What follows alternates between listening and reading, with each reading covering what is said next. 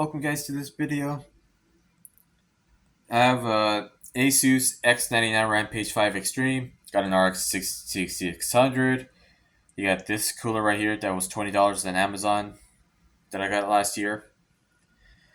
And then you got a Xeon E5 1603 V3. It's a crappy Xeon, but I needed it to work for this experiment. As you can see, you can pause that just to look at the serial number. Came out of an Oracle server, I think. You can see 256 gigs. And then if we go right here, just to show that it's a single socket. Not that anybody really cares. Nobody's really asking it. This is where I got the cooler and the ECC RAM off of. I wanted to do this thing just out of curiosity. Nobody has ever done something like this. I know they've done it with the AliExpress boards, and that's pretty common. I'm gonna go ahead and restart it just to show the BIOS that I haven't done modifications to the BIOS or any of that stuff. But anyways, only a certain amount of x99 boards did work with DCC DIMMs. UDIMMs will for sure worked, but rdims were very hit or miss, and there was never a validation of it. I've been running this for like an hour now. I did have to swap CPUs because one of the CPUs died. It was an E5 2630 V3. They're not worth a whole lot. As you can see,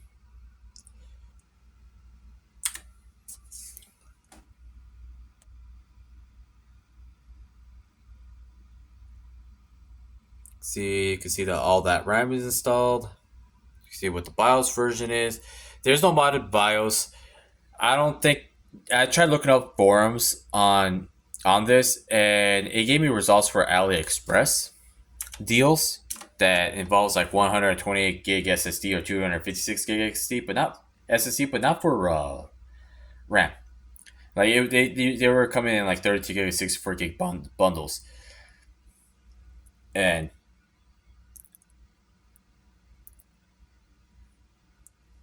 I don't know. I was just curious. to see if it would work. So here I am. The time of recording. What time is it? It is 12:20 in the morning. It's like a little past midnight.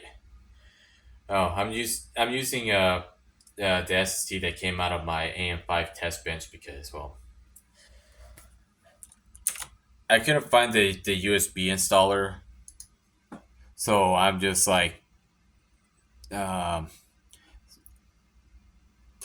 it's a stroke of one handing this. So I'm just like,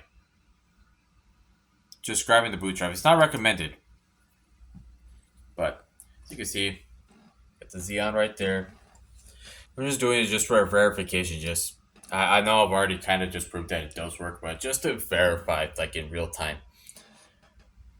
that nothing has been edited. Because honestly, I really don't feel like editing this out. See, everything's hooked up. Excuse the mess. I've been spending the last several hours working on computer parts.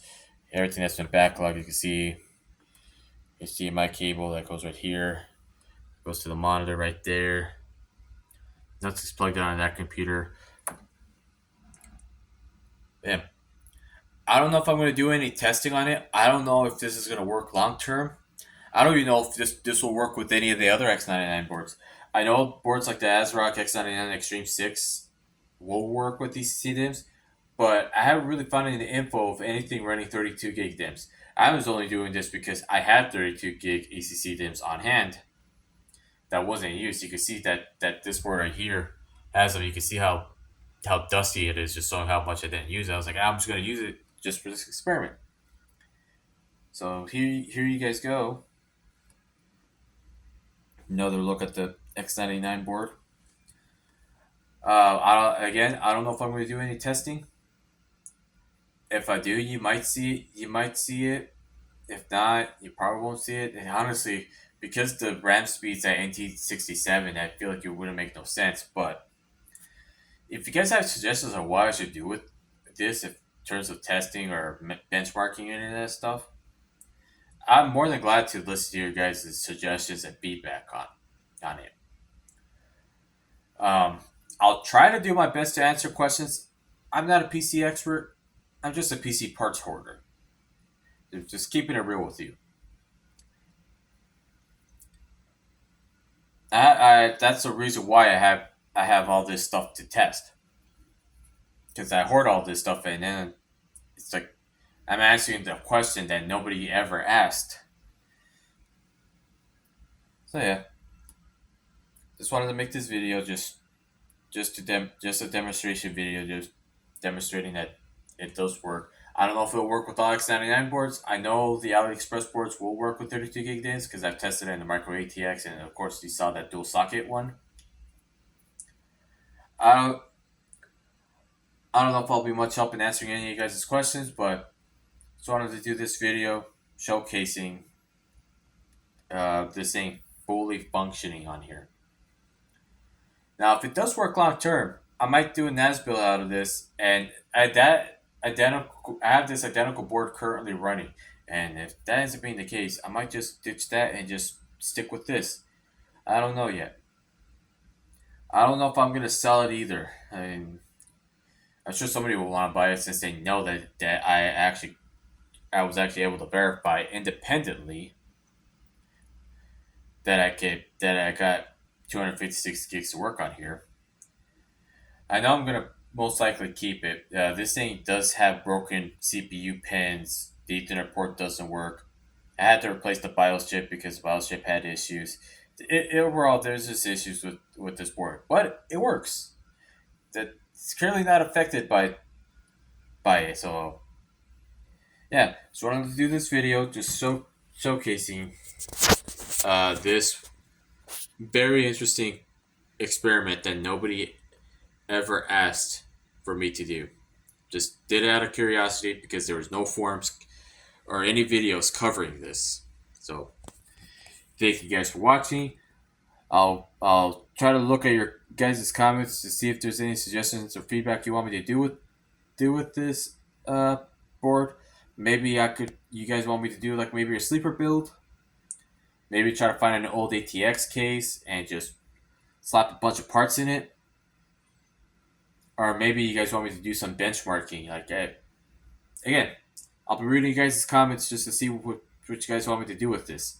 If there's any testing you want me to do, like I said earlier, if there's any questions, you can go ahead and ask away on this. I'm probably not going to be much help, but I'll try to do my best to answer the questions. I think that should cover everything. Thank you guys for watching. See you all in the next video.